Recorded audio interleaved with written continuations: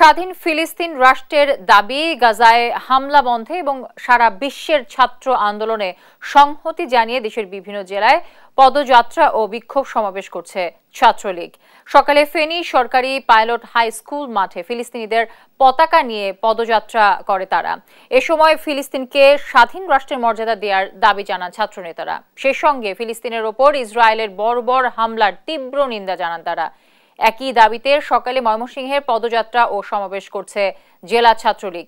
এদিকে চট্টগ্রাম মহসিন কলেজ থেকে একটি বিক্ষোভ মিছিল বের করে ছাত্রলীগ নেতাকর্মীরা। মিছিলে গাজা ইসরায়েলের বর্বর হামলার নিন্দা জানিয়ে অবিলম্বে ফিলিস্তিনকে স্বাধীন রাষ্ট্রের মর্যাদা দেওয়ার দাবি জানানো হয়। এছাড়া সাতক্ষীরা, যশোর সহ সারা দেশেই ফিলিস্তিনের পক্ষে বিক্ষোভ মিছিল করে ছাত্রলীগ।